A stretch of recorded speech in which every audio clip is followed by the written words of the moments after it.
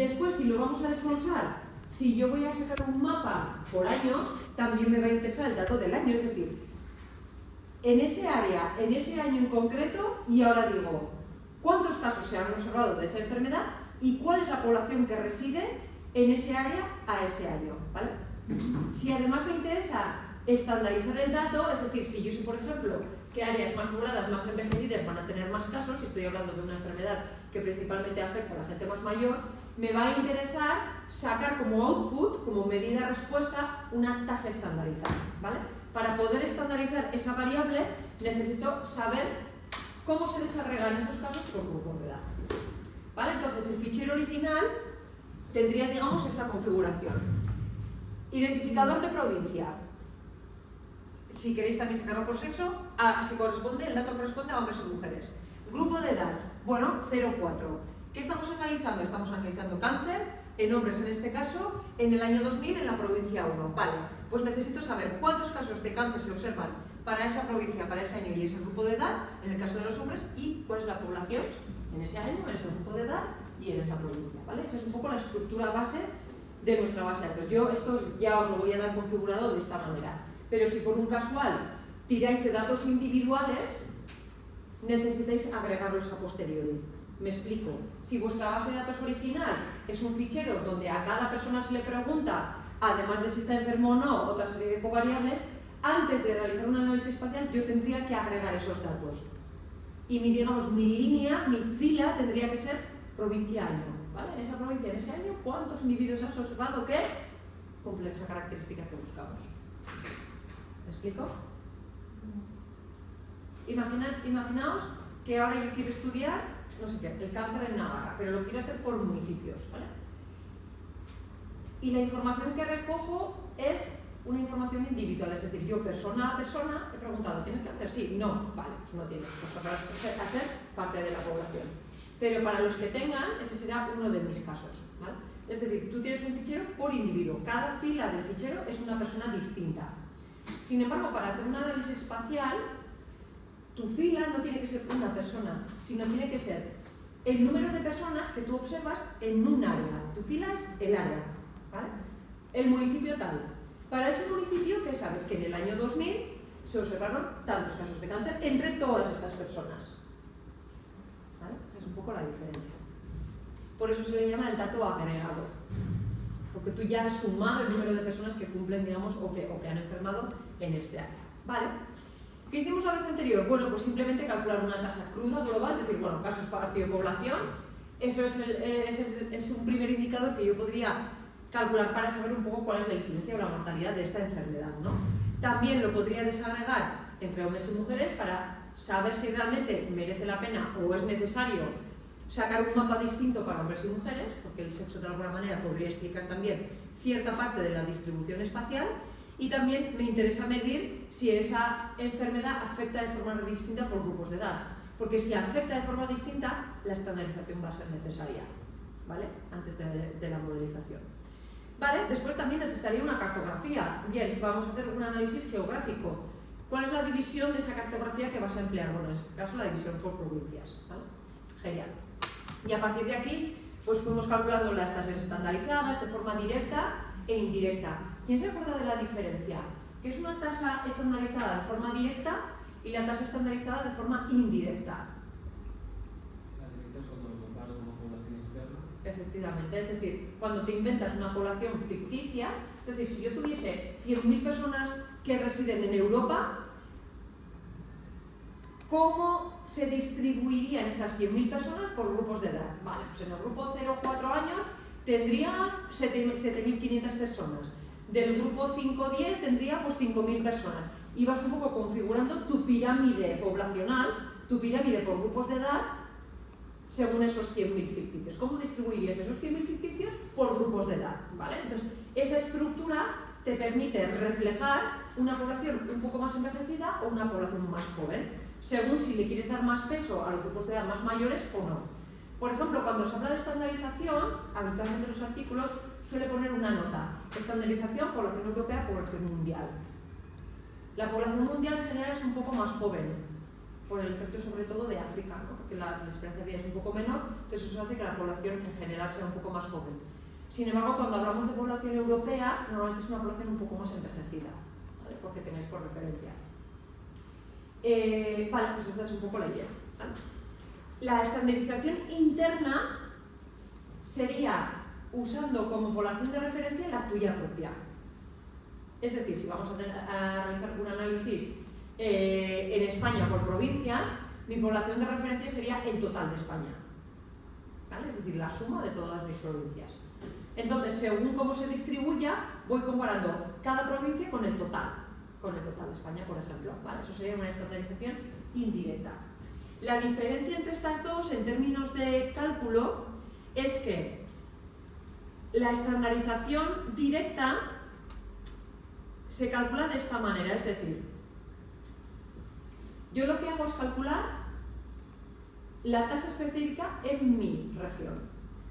Lo que hago es sumar, por ejemplo, considerando esta estructura, lo que hago es calcular la tasa específica en mi provincia, en Navarra, por ejemplo. Yo calculo cuál es la tasa de mortalidad en el grupo de edad 0-4. Bueno, pues sumo los casos en esa franja y divido por la población en esa franja. Y toda esta operación la hago en todos los grupos de edad. Entonces, en este caso tendría 19 tasas específicas, ¿vale? 19 tasas específicas para cada grupo de edad. Y ahora, como sé cuánta población he repartido artificialmente en el global de Europa, es decir, si Europa tuviera 100.000 habitantes, como ya he repartido esos 100.000 por grupos de edad, lo que hago es calcular de alguna manera de esos 4.500 individuos de Europa que pertenecen al grupo de edad 0-4, si le aplico esa tasa específica, ¿cuántos casos de esos 4.500 serían enfermos? ¿Me explico? Es decir, es como que aplico el patrón de mi enfermedad a esa población global y de ahí voy sacando cuántos casos esperaría observar respecto a esos 100.000.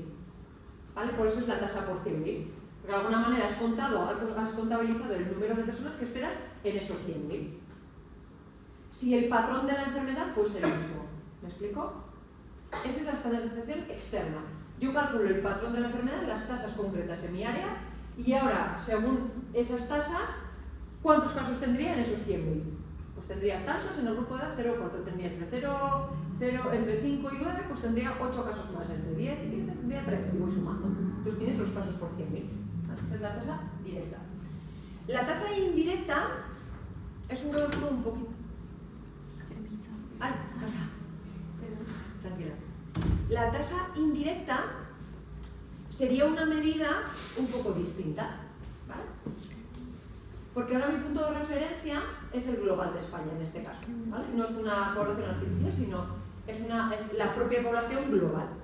Entonces, lo que hace una estandarización indirecta es comparar cuántos casos has observado en tu área. Vale, yo tengo, en Navarra, yo tengo 500 casos de una enfermedad concreta. ¿Cuántos casos esperarías observar en Navarra si la población, la estructura poblacional, fuese la misma que el global de España? ¿Vale? Entonces se calcula lo que se llama un caso esperado. ¿Vale? Si el comportamiento, si el patrón, si la geografía o la sociodemografía de Navarra fuese la misma que el global de España, ¿cuántos casos esperaría observar? Vale, 400. Genial. Si en Navarra has observado 500 y esperarías observar 400 si, digamos, la distribución poblacional fuese la misma que España, tienes un sobre. Tienes muchos más casos de los que realmente esperarías. Entonces, tu área tiene un comportamiento de alto riesgo, es decir, observas más casos de los que esperas en realidad, teniendo como punto de referencia el total de España. ¿Me explico? Vale. Es decir, indirecta. Esa es la indirecta. ¿Por qué es la indirecta? Porque directamente no puedes comparar cada provincia con la de al lado.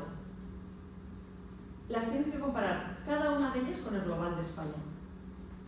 Por eso es indirecta. Sin embargo, la tasa directa, la estandarización directa, en el fondo tú sacas tantos casos por cada 100.000. Y esa medida es igual en todas las áreas. Entonces tú sabes que, por ejemplo, 5 casos por cada 100.000 es mucho menos que 10 casos por cada 10.000. Es directamente comparable.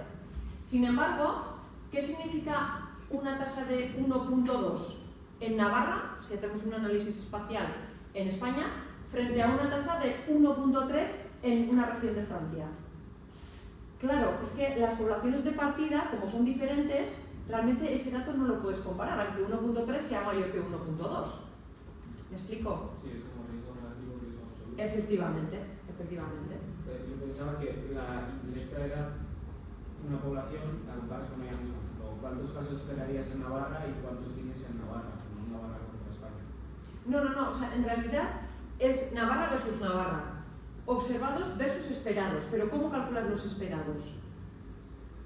¿Cuántos esperarías observar en Navarra respecto a qué?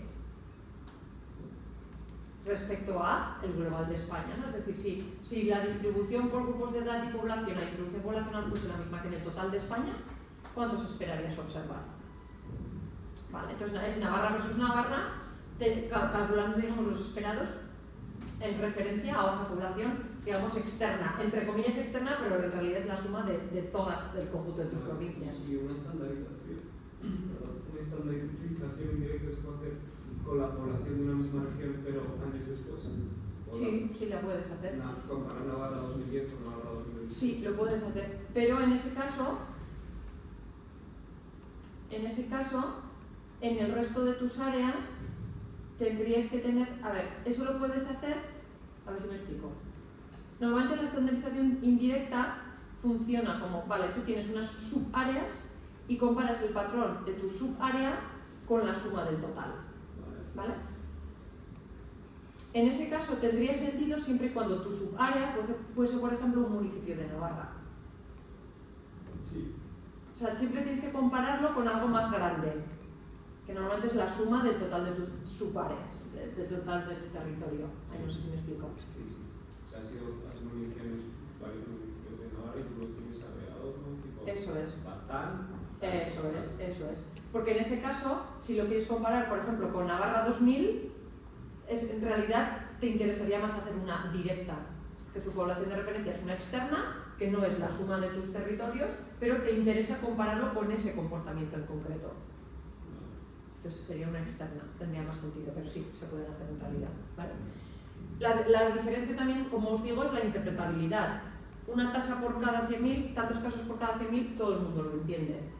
Sin embargo, 1.2, pues hay que explicar muy bien cuál es tu población de referencia, cuál es el agregado, etcétera, etcétera. A ver, todo el mundo lo entiende. Al final, tú sabes que un riesgo de 1 pues es tu riesgo basal y a partir de valores superiores a 1 es riesgo alto, por valores por debajo de 1 es riesgo bajo. ¿Pero qué significa 1.2 en Navarra? Vale, que tiene un 20% más de riesgo respecto al global. ¿Pero qué es tu global? Es como más... Tienes que dar muchas más explicaciones, ¿vale? Pero las dos son válidas. En realidad, el enfoque clásico siempre ha sido el indirecto, la estandarización indirecta. Pero ahora se ven artículos también con estandarizaciones directas, ¿vale? Simplemente en la modelización hay que hacer un pequeño cambio, pero en realidad cualquiera de las dos podrían ser válidas. De hecho, yo creo que los dos valores se distinguen en una constante, que es la población, ¿vale? Si se echan cuentas, en realidad las dos medidas son proporcionales, pero bueno, esa es otra cuestión. Vale, entonces, bien, lo que hicimos la vez anterior fue, ¿qué sucede si lo pongo todo en un conjunto, ¿no? Es decir, ¿qué sucede si simplemente calculo las tasas crudas, las estandarizadas directa o indirectamente?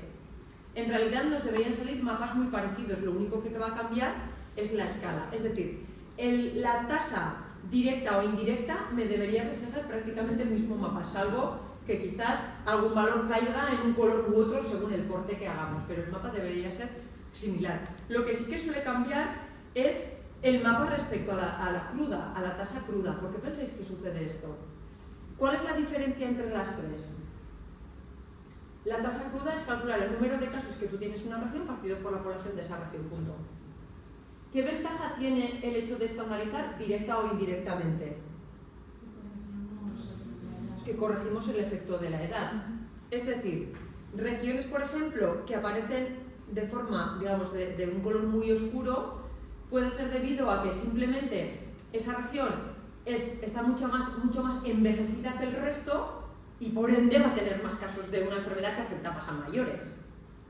¿Cómo corrijo ese efecto? Pues estandarizándolo, ¿vale? Y se ve claramente que algunas regiones pues claramente cambian de color, ¿no? Pues como puede ser pues esta zona, por ejemplo, de Galicia, Castilla y León, etcétera, etcétera. No es que los mapas estén mal hechos, simplemente que aquí estoy contando los casos y la población, y aquí estoy contando casos, población y estructura por grupos de edad. O sea, estandarizar sirve para corregir el efecto de la edad. Sí, es decir, cuando... Más. ¿Perdón? O para más. No, ya está, es para corregir el efecto de la edad. Cuando hay enfermedades que afectan principalmente a gente mayor, que suelen ser la mayoría de las enfermedades, suelen tener muchísimo más peso en gente mayor, hay poblaciones que son provincias que están más envejecidas, van a tener más casos por definición. Entonces, claro, realmente no estás midiendo el efecto de la enfermedad en sí, sino pues simplemente la edad te está explicando ese patrón de enfermedad. Pues eso de alguna manera lo quieres corregir. Esa es la idea de la estandarización. Vale, y ahora la cuestión es, vamos a entrar ya en la parte de modelización. Lo primero, lo más importante, es saber si realmente necesito modelizar unos datos espaciales y cuándo es necesario modelizar, ¿vale? Si vuestros datos, vosotros cogéis vuestros datos, hacéis un análisis simple, descriptivo, donde veáis que realmente el patrón de las tasas tiene sentido, me cuadra, no hay cosas raras, no hay excesiva variabilidad, es decir, no hay mapas como que de repente hay áreas en rojo, el de al lado está en verde, después en rojo, como mapas muy variables en colores, ¿no? Como que no se ve claramente un patrón, ahí es necesaria la modelización. ¿Cuál es el problema? Es decir, necesito modelización siempre y cuando tenga un mapa como muy difuso, muy variable, donde no se ven claramente las cosas. ¿Esto cuándo suele suceder? Suele suceder cuando analizas una enfermedad que no es muy frecuente, enfermedades raras, o cuando disminuyes mucho el área de estudio, es decir, en lugar de hacerlo de forma por provincias, si lo hiciésemos por municipios, probablemente haya municipios donde algunos años no haya ningún enfermo. Ahí de repente voy a tener un 0, pero al próximo año, si voy a tener un caso, ahí ya voy a tener un valor de la tasa. Pero si al siguiente, de repente tengo 2 casos, la tasa se va a duplicar. Hay el doble de enfermos, es decir, eso es como muy chocante, ¿no? Y de repente, si al año siguiente no hay ninguno otra vez, es como que el mapa de repente se oscurece muchísimo y de repente al año siguiente se vuelve otra vez verde, ¿no? Claro, cuando tenemos mucha variabilidad, cuando el área de estudio es muy pequeño o hay muy pocos casos o es una enfermedad rara, lo que suele suceder es que estas tasas, tanto la directa como la indirecta, son muy inestables. Por tanto, te dan mapas muy difusos donde ahí no se ve nada. Sobre todo ya cuando hacemos un análisis espaciotemporal, es decir, analizas ese mapa año a año. Cada vez tienes menos casos, ¿no? Ahí es donde la modelización interviene. Y la modelización de alguna manera trata de corregir toda esa variabilidad que se observa para dejarte un mapa más o menos suave. Para de alguna manera reflejar cuál es el patrón subyacente de esa enfermedad. ¿Vale? ¿Hasta aquí bien? Bien, entonces la cuestión es, vuestra idea de trabajo va a ser, yo os voy a dar una serie de datos que van a ser distintos tipos de cáncer. Hacéis una revisión bibliográfica para saber si hay o no, si tiene sentido hacer un análisis espacial. Partís de un análisis descriptivo para tener una primera idea de cómo van las cosas. Un análisis espacial, digamos, descriptivo, es un análisis agregado, es decir, si yo tengo datos de varios años, sumo todos los datos y veo cuál es el patrón. Pero ahora, si yo quiero ver cómo cambia ese patrón a lo largo del tiempo, los mapas que nos van a salir a priori van a ser como muy inestables. Y ahí es donde vamos a necesitar la modelización, ¿vale? Para intentar corregir toda esa variabilidad y rescatar el patrón subyacente. ¿Vale? Ahora la cuestión es, ¿cómo modelizamos un dato espacial? ¿Cómo puedo corregir toda esa variabilidad extra que se observa? Claro, de alguna manera tengo que pensar en métodos o en procedimientos que me permitan corregir esa variabilidad. ¿esto cómo lo hago? ¿Me explico cuál es el...? Imaginaos que hacéis un mapa descriptivo, y de repente os salen provincias súper en rojo, la de al lado muy en verde. Al año siguiente, la que era súper roja de repente es muy verde, y la otra, la que no tenía prácticamente riesgo, se dispara. Y tenéis mapas ahí que de repente van cambiando como de forma muy abrupta y no sabéis por qué. Eso es porque la medida es muy inestable, ¿vale? La medida que estáis representando es muy inestable. La pregunta es, ¿cómo corrijo esa inestabilidad? ¿Vale? Si tuvieseis una serie de puntos en una recta, es decir, esto es lo mismo que hacemos en regresión. Vale, yo sé que de repente de un año a otro el punto puede variar, pero de alguna manera yo lo que quiero captar es esta tendencia, ¿no? Es lo que hacemos en regresión lineal. Esa misma idea es plasmarlo en un mapa. Es decir, vale, yo tengo un mapa, ahora ya no tengo unos puntos, sino tengo unos mapas que de repente en el año 2000 esta provincia está súper roja y cuando voy al 2001 esta provincia ya no es de alto riesgo y al año siguiente vuelve a ser de riesgo y luego no, y luego sí, y luego no. Vale, pero ¿cuál es la tendencia global de esa provincia?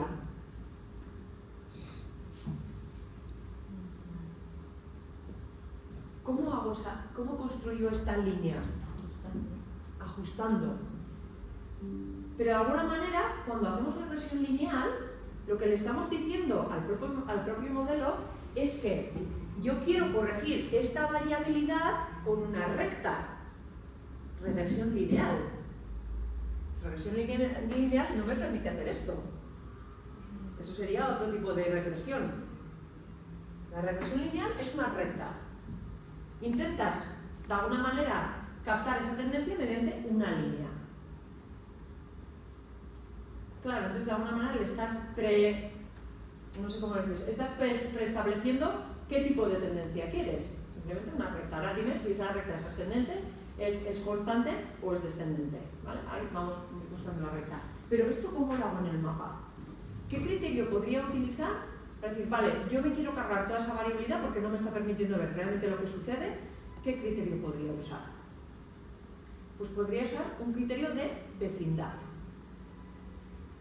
que es lo que se usa normalmente en un análisis espacial. Un criterio de vecindad es un criterio que te va a permitir suavizar, eliminar esa variabilidad, teniendo en cuenta la información de áreas del entorno. Imaginaos que Navarra, pues no es una provincia tan grande, estoy representando la tasa de una enfermedad y de repente vemos que un año sube, otro año baja, otro año sube, pero yo quiero saber qué pasa en Navarra. Pues realmente, para saber esto, quizás yo podría pensar que la tendencia de Navarra tiene mucho que ver o es muy similar a la tendencia de Álava, por ejemplo, La Rioja, áreas que lindan con Navarra. Porque, digamos, desde el punto de vista social, pues tenemos mucho parecido. Y quizás el dato del País Vasco en global es mucho más estable que el de Navarra, porque tienen más casos en la misma población y ese dato puede ser más estable. Vale, pues voy a intentar corregir el dato de Navarra según lo que pase en el País Vasco y provincias que lindan con ella. ¿Vale? Eso se le llama simplemente introducir una estructura de vecindad. ¿Cuál es el criterio que vas a emplear para suavizar? Bueno, pues que la tasa de Navarra estimada se parezca a la de sus áreas vecinas. Vale, entonces con eso lo voy a corregir. Si las áreas vecinas de por sí tienen riesgos muy altos, lo que va a hacer es que Navarra por sí suba un poco, porque esa inestabilidad se corrige con lo que pasa en áreas vecinas. Sin embargo, si las áreas de alrededor tienen un riesgo muy bajo y de repente el de Navarra sube, baja, pues la tendencia va a ser a parecerse a las de al lado. ¿Me explico? Ese es el criterio de suavización que llamamos. Claro, ¿y todo esto cómo lo meto en el modelo? Porque claro, ya... ¿Cómo lo podemos introducir en el modelo? Pues ya sabéis la idea de efecto aleatorio. ¿Qué era un efecto aleatorio? Acordaos, en el modelo podríamos introducir... jerarquías. Efectivamente, podríamos introducir como distintos tipos de componentes. La primera es, primera jerarquía. ¿Qué establecíamos en la primera jerarquía?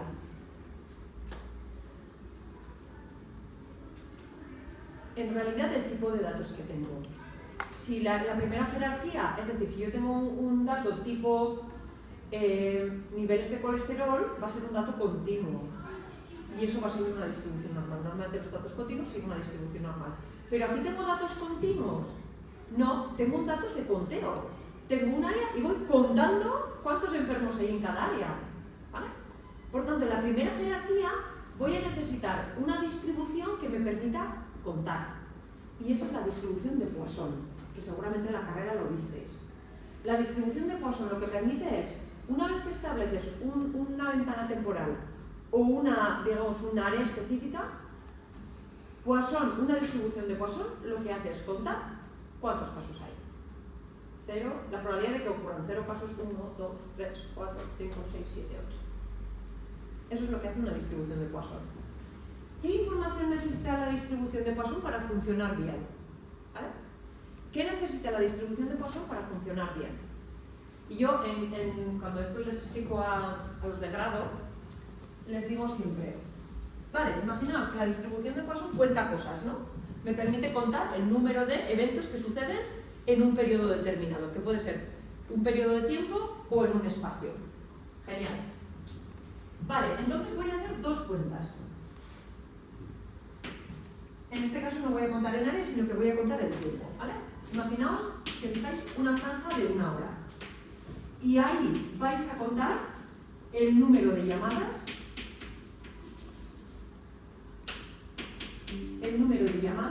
a un teléfono, ¿vale?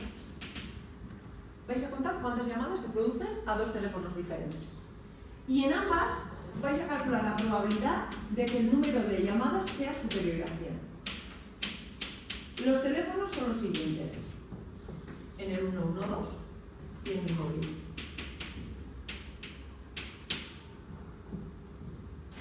¿Vosotros pensáis que la probabilidad de recibir más de 100 llamadas en el periodo de 1 hora en el 112 o en mi teléfono móvil va a ser la misma? Pero si estoy contando lo mismo.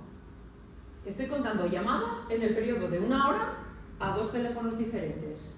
Y estoy intentando calcular la misma probabilidad. ¿Por qué el resultado de esa probabilidad es distinto? Esa puede ser una razón, o simplemente porque el número medio de llamadas que se reciben en esos 2 teléfonos es diferente. Probablemente en periodos de 1 hora el número de llamadas que se reciben al 112 estará en torno a 50 llamadas. Sin embargo, a mí si me llama alguien en 1 hora, pues igual suerte, ¿no? Y si no es de publi, mejor. Claro, ahí hay un concepto que es la media. Bien, la distribución de Poisson te permite calcular la probabilidad de que sucedan una serie de eventos, que se reciban más de 100 llamadas, siempre y cuando, si sabes cuál es la media de ese evento.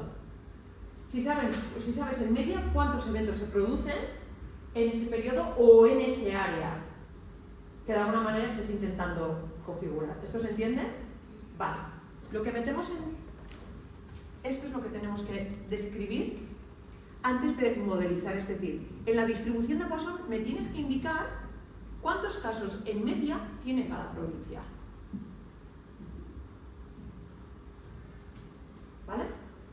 Vale, entonces, la idea es, yo voy a intentar contar el número de casos que se producen en cada área. Distribución de Poisson. Para que la distribución de Poisson funcione bien, tengo que saber cuál es el número de casos medio que se producen en todo el territorio, en cada una de las áreas, pues en todo el periodo de estudio, ¿no? Ese dato se lo tengo que dar. ¿Lo sabéis? Es que eso es prácticamente lo que estoy intentando averiguar. Vale, pues entonces lo que hace la modelización es, bien, si en la distribución de Poisson te falta el número medio de casos que se producen en cada una de estas áreas, intenta modelizar eso. Intenta modelizar eso. Ese es tu objetivo de modelización. ¿Vale? Y vamos allá a la segunda jerarquía. De la primera, te falta la media. No sabes cuántos casos se producen en media en cada una de tus áreas, ¿vale? Pues eso es lo que realmente vas a modelizar. Y ahora, ¿cómo calcularíais, cómo calcularíais el número de caso medio en cada área? Porque pensad que en cada área lo que sí que conocéis es la población. ¿Sabéis cuántas personas viven? ¿Qué dato necesitaríais para saber cuántos casos espero o cuántos casos tengo en media? La incidencia. La incidencia. El número de eventos o la incidencia, o si queréis la tasa o el riesgo. Si yo supiera que la incidencia de esa enfermedad son 5 casos por cada 100.000, y si en mi región viven 5.000 personas, pues ya está la cuenta hecha. Es una regla de 3. ¿Me explico? Vale, entonces, de alguna manera, en toda esta media, no necesito saber toda la media en su conjunto, porque yo sé cuántas personas viven. Entonces, realmente lo que necesito es la tasa, que es lo que voy a modelizar. ¿Veis? ¿Veis por dónde van un poco las cuestiones? O sea que en el fondo volvemos al estadio inicial. ¿Cuál era tu objetivo? Modelizar la tasa. ¿Por qué? Porque es muy inestable. Pues en la jerarquía de Poisson te cuadra todo. Porque Poisson lo que hace es contar. Para que cuente bien, le tengo que meter la media. ¿Cómo calculo la media? La población por la tasa. La tasa es la que desconozco. Pues voy a modelizar la tasa. ¿Lo veis? ¿Lo veis? Entonces, en esta jerarquía de Poisson, en realidad, aunque la media sea el número de casos que esperas por la tasa, esto también puede ser la población, ¿vale? Puede ser casos esperados o puede ser población. O sea que en realidad lo que modelizo es el logaritmo de la tasa o el riesgo. Esto es lo que voy a modelizar yo con una componente espacial.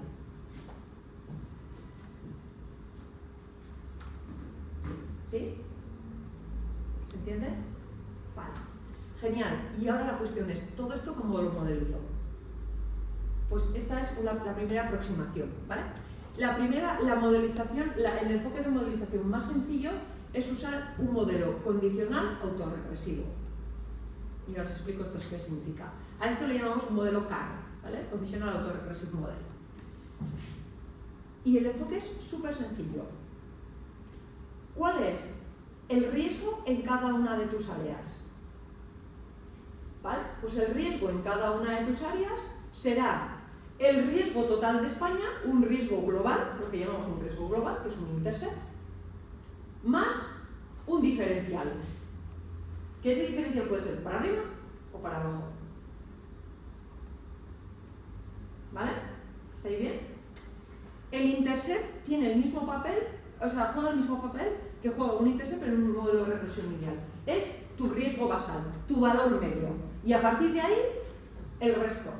¿Vale? En un modelo condicional autorregresivo, en realidad, yo lo que hago es intentar modelizar el riesgo en cada área. Este I significa área, es decir, tienes un riesgo distinto para cada área, como un riesgo global, que es este intercept, más un efecto específico del área. Y ahí es donde realmente tenemos que tocar un poco las cosas. O sea, ¿ese I es área? Sí. Es decir, ahora esto en realidad es más fácil verlo así. Tú tienes un mapa y cuando has realizado el análisis descriptivo has visto un mapa que nada, un montón de colores ahí revueltos y realmente el patrón subyacente no se ve. ¿Vale? Entonces dices, vale, como digamos en descriptiva no estoy viendo nada, lo que voy a intentar es modelizar o saber cuál es el patrón subyacente. Vale. Entonces, lo de la Poisson y todo esto lo habéis entendido, ¿no? Bien, entonces aquí, en el fondo, tengo el riesgo en el área 1, riesgo al área 2, riesgo área 3, riesgo área 4, riesgo área 5, riesgo área 6, ¿vale? En lugar de modelizar directamente el riesgo, lo que se hace es modelizar el logaritmo del riesgo, porque es más fácil en términos computacionales, pero la idea es esta. ¿Vale? Entonces, voy a modelizar el logaritmo del riesgo en cada área, donde I, si tengo 40 probabilidades, 50, las que sean, representa cada área. ¿Cómo lo voy a modelizar? Con un riesgo global, que sería el riesgo global de España. Imaginaos un mapa, el riesgo global de España, más menos algo. El riesgo de cada área es el de España más o menos algo. Y el más o menos algo es el diferencial de cada área. ¿Se entiende? Va. Vamos a ponerle esto, tal y como está ahí. Epsilon sub, o eta sub. Vale, entonces la cuestión es, vale, Jayone, pero eso ya lo sabíamos. Ya sabemos que el riesgo de cada área es pues, un global de España más menos algo. Habrá provincias que tengan un riesgo superior a la media y otros que tengan un riesgo inferior a la media. Pero ese diferencial, ¿cómo lo modelizamos? ¿cómo puedo de alguna manera integrar al modelo esa información que me diga, vale, esto ya lo he puesto yo en el mapa y no he visto nada, es un batiburrillo de colores que no indican nada? ¿Cómo puedo de alguna manera suavizar esos colores de forma que el mapa que resulte de ahí sea algo interpretable? Vale, pues es pensar, el mapa resultante va a ser un mapa global más menos algo. Y ese más menos algo va a tener estructura espacial. Es decir, por favor, que áreas que linden, que sean vecinas entre sí, tengan un riesgo similar. Y eso es un efecto estructurado. Porque si yo introdujese un efecto no estructurado, significa que lo que sumas o lo que restas a cada provincia es independiente. Las áreas entre sí interactúan de forma independiente, o sea, es decir, no interactúan. Pero yo pienso que sí interactúan, porque digamos las características sociodemográficas de Navarra son parecidas a las del País Vasco y probablemente en algunas enfermedades tengan el mismo riesgo. Por tanto, que áreas vecinas, por favor, tengan riesgos similares. ¿Sí? ¿Se entiende hasta ahí? Pues ese es el efecto estructurado. Es decir, áreas que linden, por favor, que tengan estructuras o riesgos similares. Y eso es lo que definimos en la tercera jerarquía. ¿Os acordáis? ¿Vale? Ya hemos contado los casos.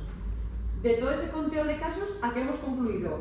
Que realmente necesito la media, pero la media es población por riesgo. Vale, pues modelizo riesgo. ¿Cómo? Como un riesgo global más un diferencial. Pero ese diferencial, por favor, que tenga estructura espacial. Áreas que sean vecinas, por favor, que tengan estructura similar. Vale, pues eso intento describirlo en la última jerarquía. Y ya vamos a todo esto. Es decir, este diferencial, aquí la expresión matemática es un poco compleja, pero la idea es sencilla, es decir, bien, estos eta sub i, por favor, que no sean independientes. Que el eta sub 1 sea similar al eta sub 2. ¿Por qué? Porque estas dos provincias lindan. Y que sea, a su vez, similar a esto. Y que este, a su vez, sea similar a este. ¿Vale? ¿Y eso cómo lo hago? Eso ya lo dijimos un día. Pues con una matriz de vecindades. Dile a R cómo tiene que actuar, digamos, cuál es la estructura de vecindad que quieres establecer. Genial. Vamos a crear entonces esta matriz R. Y la matriz R es muy sencilla. Vamos a hacer un poco con esa idea. Área 1. ¿Con cuántas áreas linda el área 1? Con ese mapa chapucero que acabo de hacer. 2. ¿Vale? Entonces, en la primera fila, el primer valor va a ser 2. Porque el área 1 va a tener 2 vecinos. Y ahora dime cuáles son. El 2 y el 3. El 2 y el 3. Vale, entonces esto es eta sub 1, eta sub 2, eta sub 3. Aquí pongo menos 1, menos 1. Y el resto en el eta sub 4, como no es vecino, pongo 0, 0, 0, 0. En la primera fila le voy a indicar cuántos vecinos tiene esa primera provincia y con el menos 1 le indico cuáles son. Si el resto no son vecinos, pongo 0, 0, 0, 0. ¿Vale? Ahora hacemos lo mismo con el eta sub 2. ¿Cuántos vecinos tiene? 4. Bueno, según este, imaginaos que tiene, son esta y esta, ¿vale? Y este es el 7, este es el 6 y este es el 5. Vale, entonces el 2 linda con el 1, el 3, el 4 y el 7. 1, 2, 3, 4 provincias. No, sí, Porque me lo he inventado. He puesto aquí 7, ¿vale? pero no lo toca. El 2 es este grande, ¿vale? Ah, vale. Espera, no, este es el 3, vale, que lío. Perdón. Vale, entonces el 2 es este. El 2 linda con el 1, 5, 4 y este me puedo inventar que es el 9, yo qué sé, por poner algo. El 3. El 3. Vale, entonces ¿cuántos vecinos tienen? 5. 5, vale. Entonces en la diagonal principal, en la posición de la segunda fila, pondré 5. En el 2, 2, pongo 5. ¿El 2 linda con el 1? Sí, menos 1. ¿El 2 linda con el 3? Menos 1. ¿El 2 linda con el 4? Sí. Vale, menos 1. ¿El 2 linda con el 5? Menos 1. ¿Linda con el 6? No, 0. ¿Linda con el 7? Menos 1. ¿Vale? Y vamos a El seguir. 2 no. El 2 no linda con el 2. Perdón, el 7 no linda con el 2. No, entonces aquí ya está. ¿Vale? Así vamos construyendo la matriz de vecindad. Esa es la forma que tiene R de entender cuántos vecinos tiene cada área y quiénes son sus vecinos. ¿Vale? Y esto es un poco lo que se llama la matriz de vecindad. La matriz de vecindad automáticamente la suele construir R, es decir, R tiene funciones integradas de forma que yo le puedo dar un mapa con su división administrativa y R directamente es capaz de calcular esa matriz de vecindad solo cargándole el mapa. ¿Vale? Entonces no es una tarea que yo tenga que hacer manualmente, es bastante sencillo. Es decir, cualquier cartografía que tengáis, España, cualquier otro país, si puedes cargar la cartografía en formato SHP, se lo cargas en R y R directamente lo representa y carga esa matriz. ¿Vale? Si queréis otra estructura de vecindad, por ejemplo, es un poco lo que os decía, los que hacen econometría, los econometristas, fijan estructuras de vecindad según los tratados económicos que tenga cada país o que tenga cada provincia con alguna otra. Por ejemplo, no sé, me invento, quizás Navarra pueda tener un tratado económico con Madrid, ¿vale? Pues realmente no es linde físico, pero sí es un linde económico, ¿vale? Entonces esa matriz de vecindad se puede construir manualmente de otra manera si pensáis que la estructura de relación entre áreas pueda ser otra. ¿Vale? Bien, ya está. Vale, entonces esta es realmente la estructura de vecindad, ¿vale? Que vamos a usar. Puntos que conectan son puntos que son vecinos, áreas que son vecinas. Y todo esto se refleja en la matriz R, ¿vale? En la matriz R. Ahora, sí. ¿Podrías resumir la jerarquización? Sí. Sí, realmente la jerarquía empieza de este punto, ¿vale? Yo en realidad voy a intentar contar el número de casos que se observan en cada área, ¿vale? Y esto, por definición, como es un conteo, sigue una distribución de Poisson. Para que yo pueda usar bien esta distribución de Poisson, lo que le tengo que decir es cuál es el número de casos medio que se observa en cada área. Pero claro, yo no sé el número de casos medio. Pero si yo supiese cuál es la tasa específica de cada área, multiplicándolo por la población, ya tendría el número de casos medio. Entonces, digamos que en esta media me falta saber cuál es la tasa de cada área. Vale, pues eso es realmente lo que estoy modelizando, porque esto es una constante, es la población, es una constante. Vale, ¿cómo modelizo la tasa específica de cada área? Voy a la siguiente jerarquía. Lo modelizo como una tasa global de España más menos algo.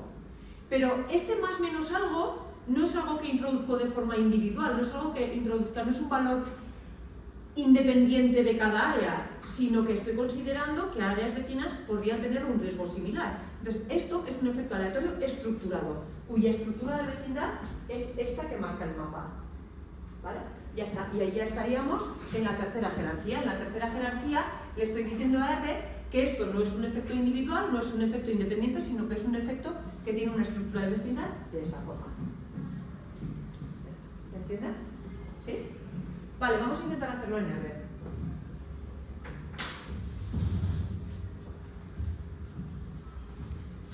Esto es modelización, como bien dice la señora, avanzada. Es decir, aquí ya hace falta saber de modelización, hace falta saber de efectos aleatorios, estructurados, no estructurados, y también algo de programación.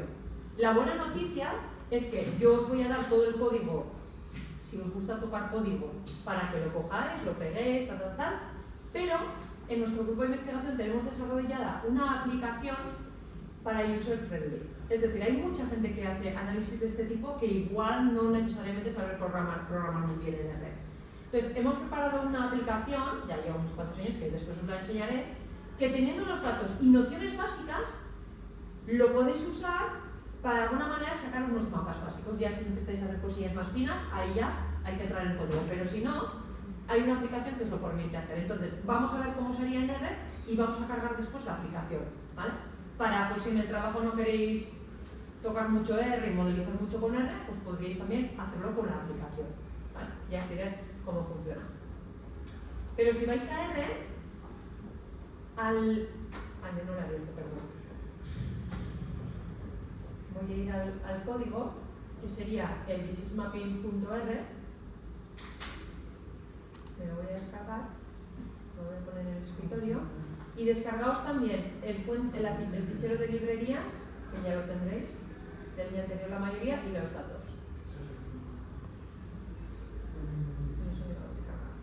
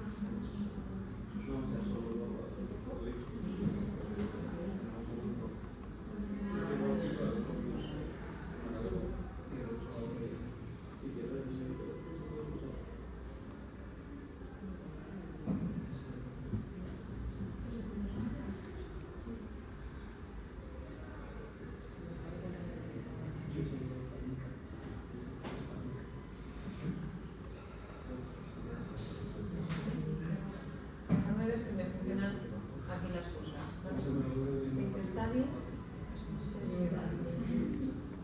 set, source indication, la librería.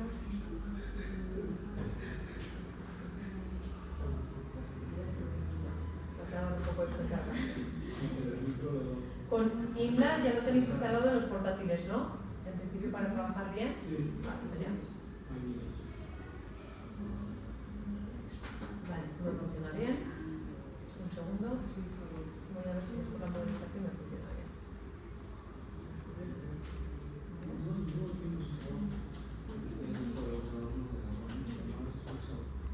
Vale, esto también funciona bien.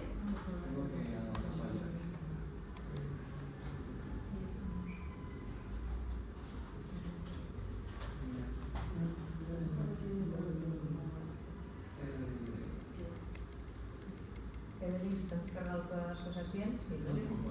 Vale, genial. Bueno, no sé si habéis tocado algo del código que os pasé, pero aproximadamente en la línea 220, que sería la sección 3 de Spatial Modeling, ¿lo tenéis ahí? ¿Estáis ahí? Vale. Cargad los datos. Para cargar los datos, simplemente acordaos que tenéis que cambiar primero la sesión de trabajo. El session, set working directory, y yo por definición siempre le doy a source file location, porque normalmente como lo tengo siempre en la carpeta, pero bueno, escoger el directorio donde tengáis las cosas, ¿vale? Aseguraos, por tanto, de que cuando ejecutéis la línea 220, que es la lectura de los ficheros LAM del cáncer de pulmón, eso os funciona bien.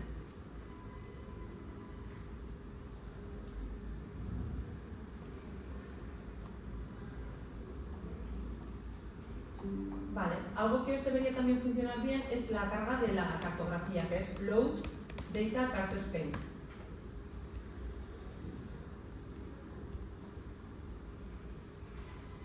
Y si las librerías también funcionan bien, pues las líneas 223 y 24, que es simplemente la lectura de la cartografía, también debería ir bien. Vale. A mí no me va la función STASSF. ¿Habéis cargado la librería? Sí. Que debe funcionar la primera cartografía, pero la segunda ya no. A ver, esto tiene que ver con la librería SF, ¿vale? En esta lib.r tiene que ver con library SF, ejecutad esa parte. A mí me funciona bien. Y el portátil lo he hecho también, o sea, en el ordenador del despacho también. Y la vez anterior también consiste en hacer mapas, ¿no? Sí, por eso, entonces me sorprende. Ejecutadlo por favor otra vez. Y lo pone. que el paquete fue construido bajo la R versión 4.5.2. 4.5. Vale, pero tenéis la versión nueva de R, ¿no? Tengo la versión de 4.5.1. Vale, entonces bien. Haz una cosa, igual simplemente es esa línea la que no te funciona, ¿eh? Escribe plot carto. Y os debería salir algo así. Plot carto, sí. Es la representación de la cartografía que estáis usando. Error. Vale. Más. Vale, el load ya ha funcionado bien. Sí. Load data. Sí, eso no funciona bien. Y carto Spain. Carto. También. Y plot carto en minúscula no te ha funcionado bien. ¿No? Eso es que me sorprende.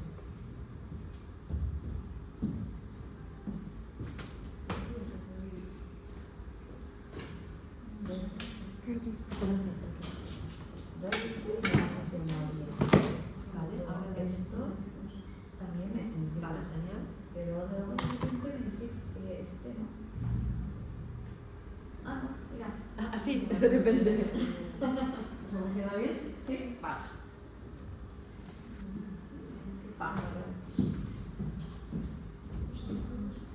Genial. Vale.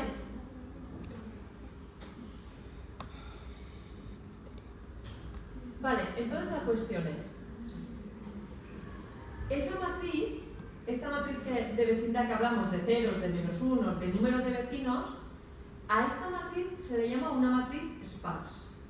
¿Qué significa? Es una matriz grande que tiene muchos ceros. ¿Vale? Eso se le llama una matriz sparse. Y una matriz sparse, desde el punto de vista computacional, es pegarte un tiro en el pie. Porque es una matriz que tiene muy poca información, pero tiene una estructura muy grande. Y esto, que solamente lo estamos haciendo con 50 provincias.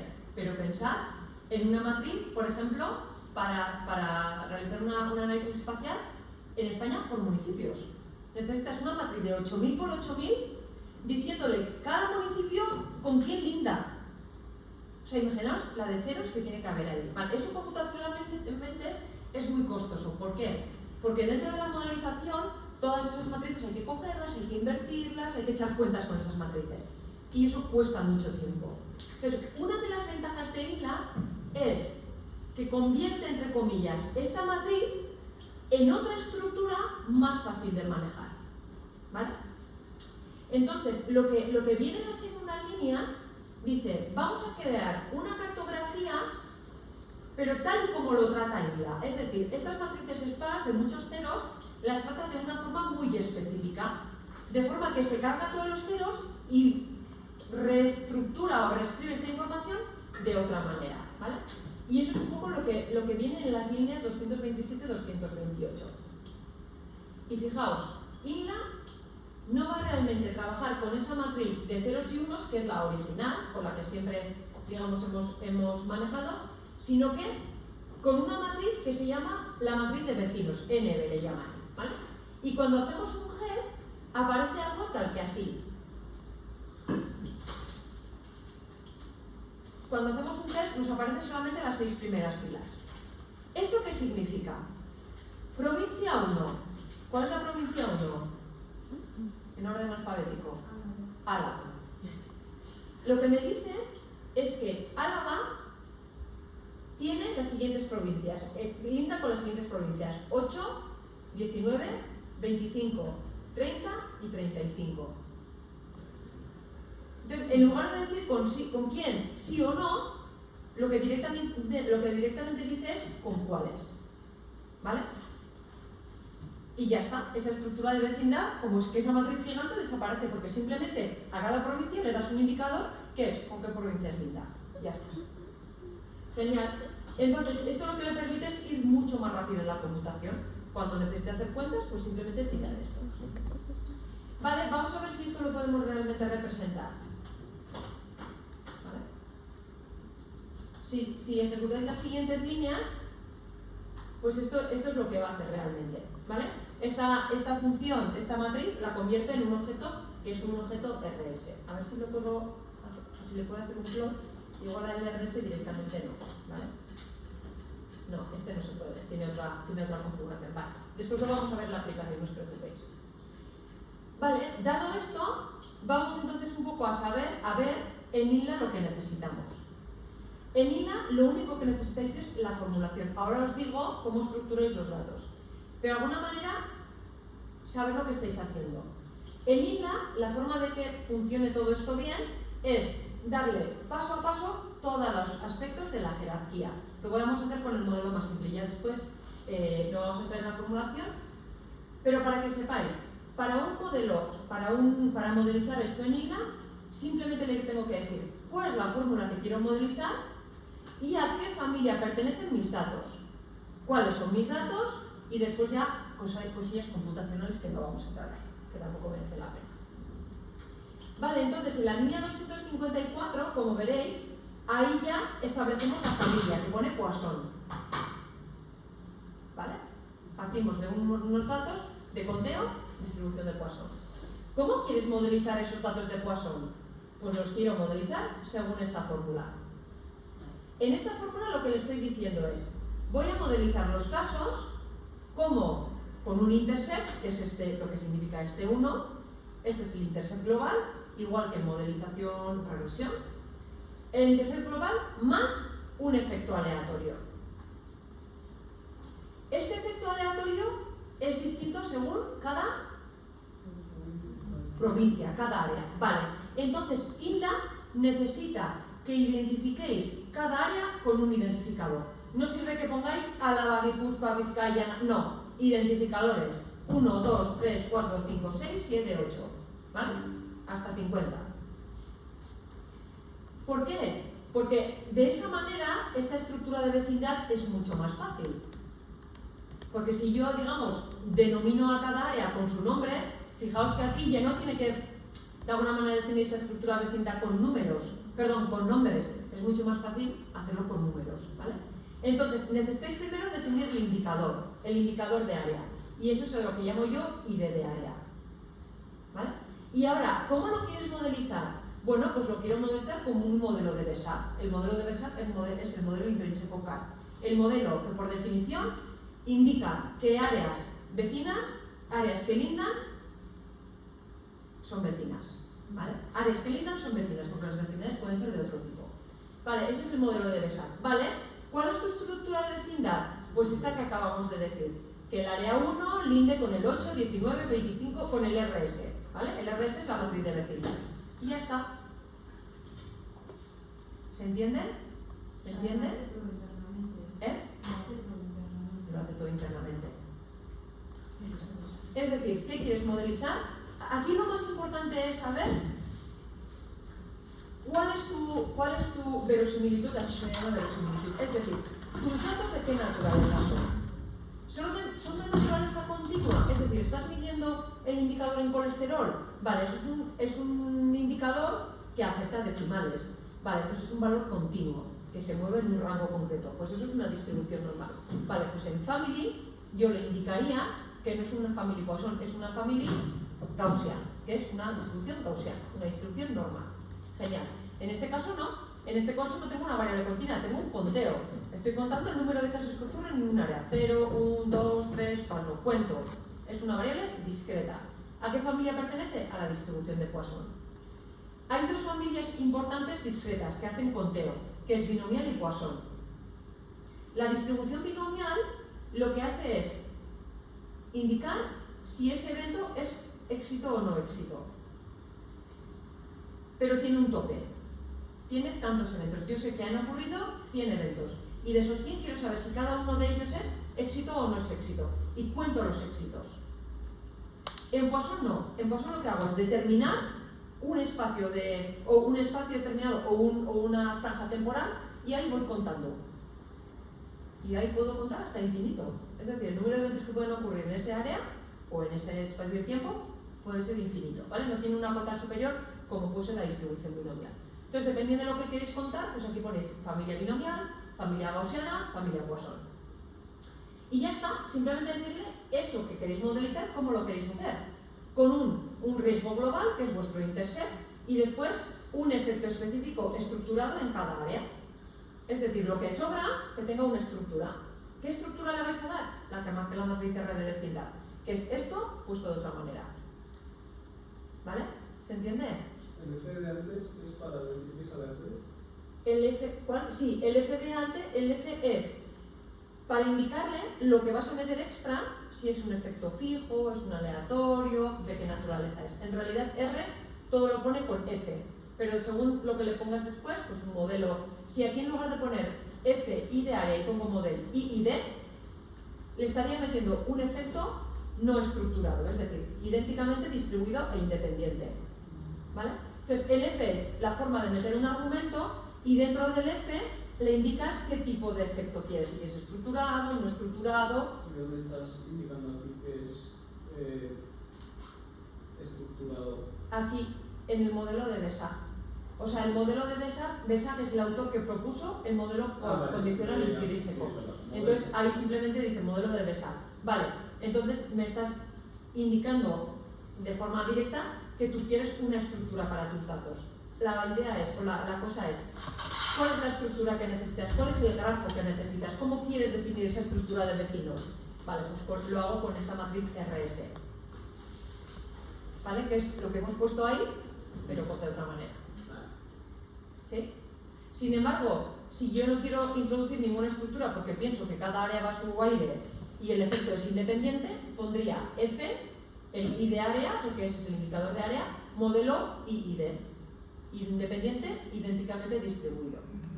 Ya está. Y me olvido de ponerle grafos y historias por ahí. ¿Qué tipo de modelos nos podemos encontrar? Ahí, después voy a entrar ahí.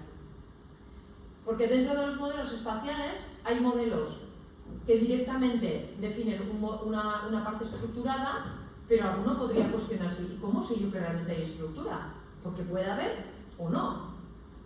Entonces, ¿qué hago? ¿Meter las dos? ¿O le digo al modelo que, bueno, tú elige? Pues existe esa posibilidad también. Modelos que introducen las dos, una parte estructurada y una parte no estructurada, y el modelo pondera que de las dos componentes tiene más peso. Si es 50-50, si es un poco más de estructurada que no estructurada, o hay más de no estructurada que de estructurada. Y eso, a ese modelo se le llama el modelo BIM2 de Besag y último 10, el parametrizado. ¿Vale? Después hay modelo de Leroux, después vamos a ello, pero sí. La cuestión sería, de todos los modelos posibles, ¿cómo escojo el mejor? ¿Tenéis alguna medida que os permita decir qué modelo es el mejor? El AIC, por ejemplo. O su versión bayesiana, que es el DIC o WIC, pero en el fondo es lo mismo. Es una medida que te indica la bondad de ajuste, cómo de bien ajusta el modelo. A menor valor, mejor ajuste. Vale, entonces si yo no tengo una noción, sé que puede haber algo de estructura, pero no sé cuánto, pero también hay algo de no estructura. Voy probando todos los modelos y elijo el mejor. Ya está. ¿Vale? Y eso de forma súper sencilla lo hace la aplicación. Aquí yo os voy a dar todo el código, que si os gusta cacharrear, podéis tocar, que simplemente es cambiar los datos y ya está. Porque el modelo no os va a cambiar, lo único que vais a necesitar cambiar es vuestros datos de entrada. Son los datos de entrada, el resto ya os va a funcionar igual. ¿Vale? Vale, datos de entrada. ¿Qué datos necesita INLA para trabajar bien con esto? Vamos un poco, volvemos aquí atrás. Data.inla. Yo le llamo así siempre por homogeneidad, ¿vale? Pero aquí a los otros les podéis llamar como queráis. ¿Estáis modelizando datos en el tiempo? En principio no, ¿no? Queréis un mapa estático en un momento concreto, ¿vale? Entonces lo único que necesitáis es vuestro dato crudo, vuestra tasa cruda o vuestro SMR crudo. Necesitáis por otro lado el identificador de área, el número que identifique a cada área con un número, con un indicador, y vuestra cartografía. Ya está. Y eso es un poco lo que estoy indicando aquí, ¿vale? Yo tengo los casos observados, los casos esperados, o el SMR si queréis, el indicador de área y la cartografía. Y con todo esto INLA se maneja. ¿Vale? Vale, genial. Pues vamos a ejecutar el modelo, crucemos dedos de que funcione bien y de que no haya error. ¿Ves? Eso es porque no he ejecutado las líneas anteriores. hasta Summary Car Model, ¿vale? Genial, a mí me va bien. ¿Te da error?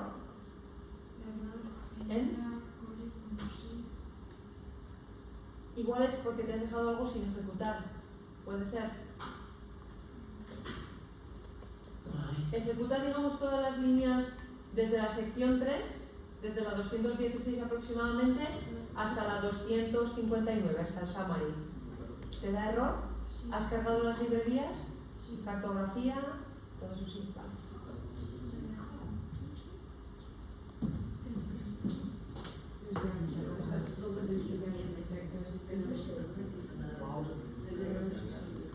Sí, dale aquí esto, porque igual hay librerías que te dan error.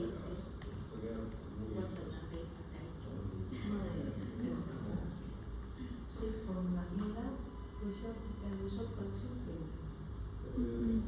INLA por sí. Vale, escribe en la consola library en minúscula y entre paréntesis INLA en mayúscula. Vale, eso lo tienes bien. Vale, entonces ve hacia arriba un poquito más hasta prácticamente el inicio de donde empieza el código. Sí, desde las secciones primeras. Y carga la librería, aparte de las librerías, aquí más abajo. Esto, ejecuta esta parte de esa source list.org. Así es. Es esto de que Ya está. Sí, eso es lo que sale. Eso es, fotografía. Ahí.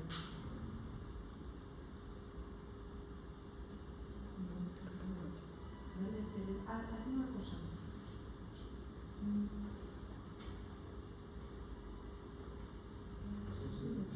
Vale, hazlo un poco más esta ventana. Sí. No, pon aquí verbos en lugar de F, pon T. True. Eso simplemente para que se vean los cálculos internos, ¿eh?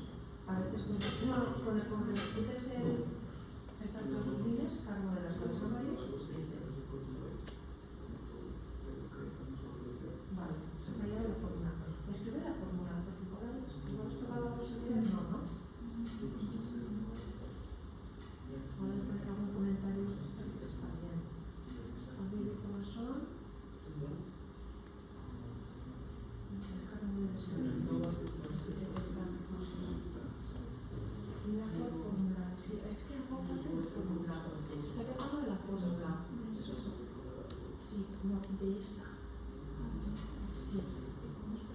Porque igual has tocado cuando has metido algún comentario, no sé.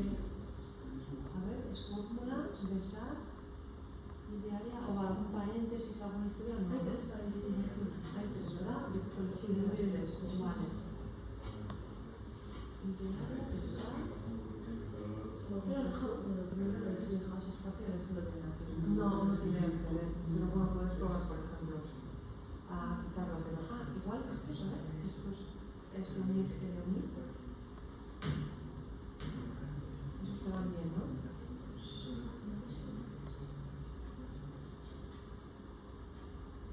¿Ve hacia arriba? Un poquito más hacia arriba, no, en la consola, porque igual te está dando algún error, un poquito más arriba y no se está dando por igual. No, te está dando el mismo punto. Y esto te sale todo bien, el mapa de adolescencia, el INLA. Joder, y los datos, eso, marca los datos. Vale, no está bien. De abajo. ¿O qué hemos subido? Sí, vas a ver. es justo lo mismo. Sí, vamos a ver si...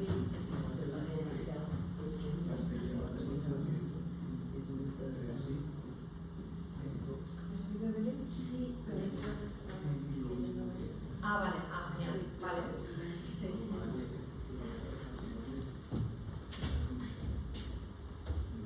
Pues no lo sé. No me acuerdo yo qué puede estar pasando ahí.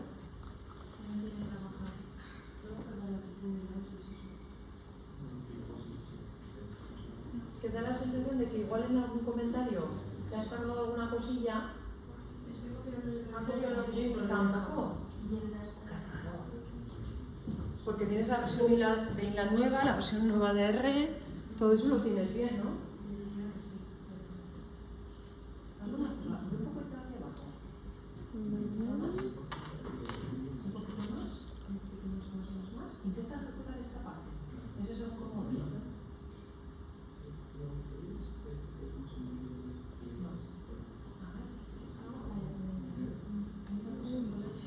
Es como que no. Es como que tu ordenador no es capaz de recoger los resultados del modelo. Puede ser que tengas como un poco espacio o lo estés haciendo en un sitio donde tengas poco espacio. En principio no.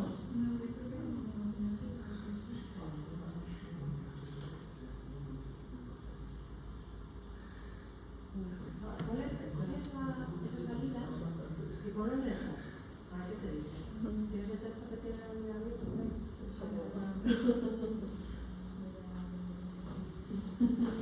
Porque INLA, el paquete te está funcionando bien, el modelo está bien planteado.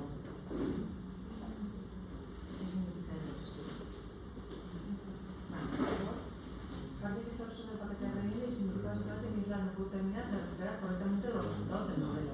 Después de intentar aplicarlo, no es un error muy específico, es un error genérico que suele aparecer cuando algo falla durante la ejecución del modelo. Problemas con los datos. Vale, problemas en formulación.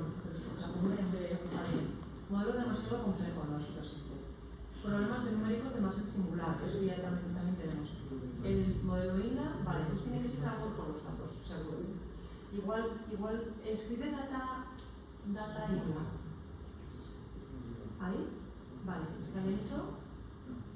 No, no están bien. Espera, un poco hacia arriba. No, en la consola, porque ahí tiene que estar el indicador. Vale, el líder de área está. Los casos, los esperados y el nombre. El identificador de área está ahí.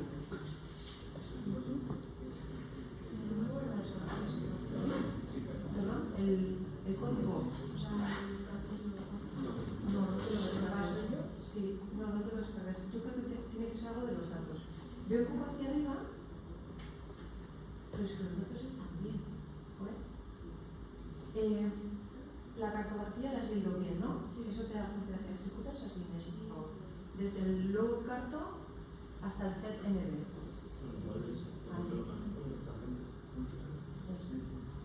Y después escribes en mantilla NB. Vale, eso está bien. Y ahora ejecuta estas dos. El NB linda. Y ahora escribe.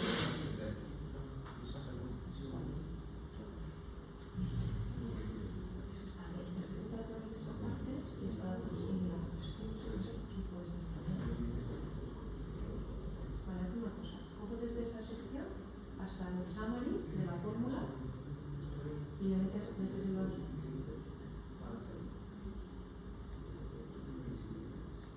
Sí, dale intro, simplemente dale intro y que no haya el resultado.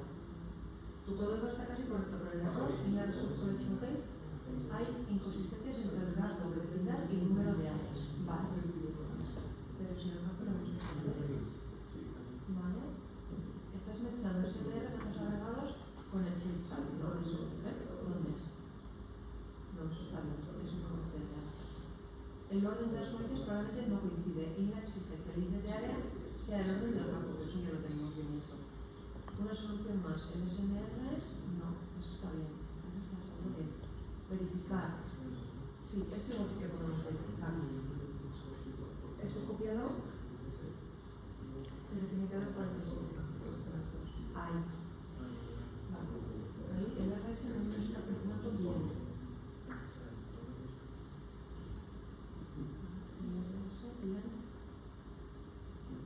Tienes 47 provincias, eso está bien. Escribe otra vez RS, haz un sumario de RS.